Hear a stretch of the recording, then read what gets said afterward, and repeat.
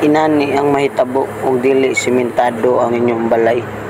Ug masunog man gani wala na tay kaulian. Kay nahurot ug kasunog ang mga kahoy, mga plywood nga sin nga inyong gidapat sa inyong balay.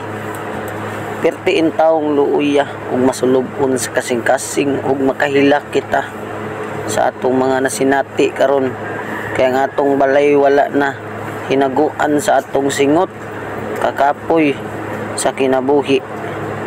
Perti gid taong sakita ug kasakit sa kinabuhi. Nasunog ang imong hinaguan. Lami ihilak, lami unsan lay mahuna-hunaan nimo.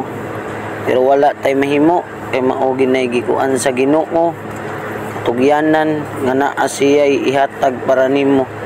Mao nang panginabuhi sama kaniya nga ato na nang isalig ang tanan sa Ginoong mga